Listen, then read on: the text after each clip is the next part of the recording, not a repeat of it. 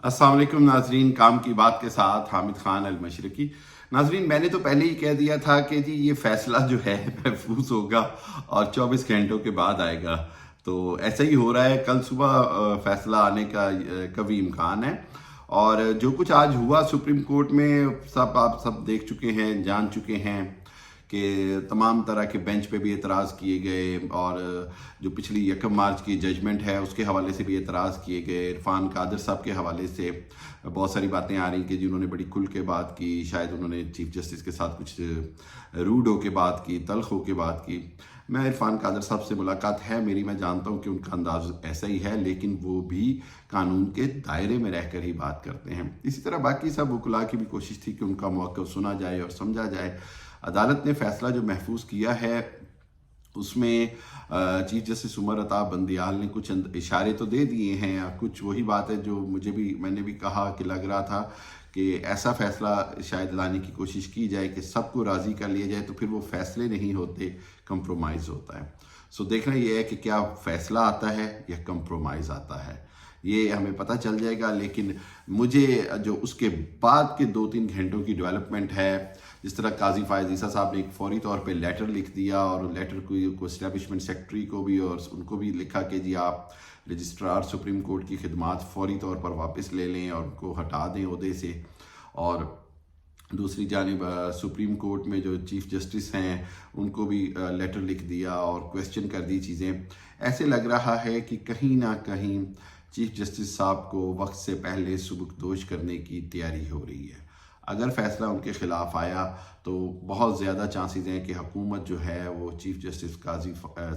आने वाले chief justice काजी फायज़ ईसा के कंधों पर बंदूक रख कर कुछ ऐसा इकदाम करे जिससे एक अदलिया में एक बहुत बड़ा भूचाल आ जाए, और ऐसे लगे कि जैसे चीफ जस्टिस साहब को फौरी तौर पर कोई घर भेजने का इकदाम हो जाए, जैसे 6 या 7 या 9 जज बैठ कर कोई ऐसा फैसला दे दें जिससे चीफ जस्टिस को एक बार मुश्किल का सामना हो जाए।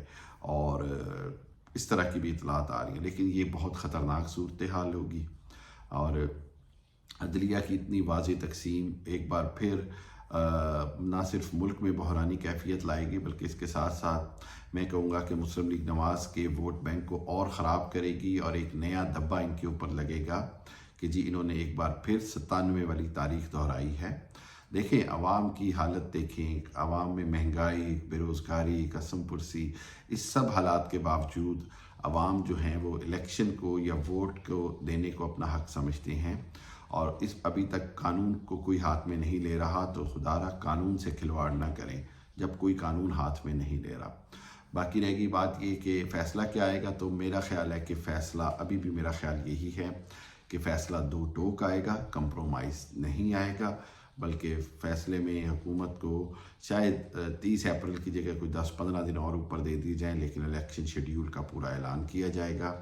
और उसके साथ साथ ये है कि हुकूमत को इस बात का पाबंद किया जाएगा कि इलेक्शन फौरी कराए जाएं, लेकिन हुकूमत अपील में जाएगी या क्या हर बात समाएगी ये भी देखना पड़ेगा। लेकिन वहीं पर हुकूमत की कोशिश होगी कि जिस तरह आज जस्टिस मज़ाहर अली नकवी के ख़िलाफ़ रेफरेंस जमा कराया है, फौरी तौर पर बाकी तीनों जजेस के ख़िलाफ़ रेफरेंसेस जमा करवाए जाएँ, फ़ैसले को माना ना जाए, और चीफ जस्टिस के ख़िलाफ़ उमर अता बंदियाल के ख़िलाफ़ कोई 7 या 9 जजों का पैनल बनाकर एक उनके ख़िलाफ़ कोई फ़ैसला ले लिया जाए जिससे उनको काम करने से रोक दिया जाए, और उनको उनकी चीफ जस्टिस के मनसब से ज़बरदस्ती सुबकदोश करने की कोशिश की जाए। देखते हैं क्या होता है। लेकिन बदकिस्मती से मुल्क इस वक्त इंतहाई गैर यकीनी और बेयकीनी की सूरत हाल का शिकार है।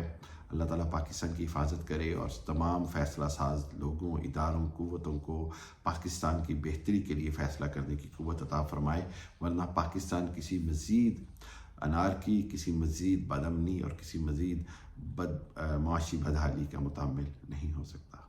अल्लाह हाफ़िज़।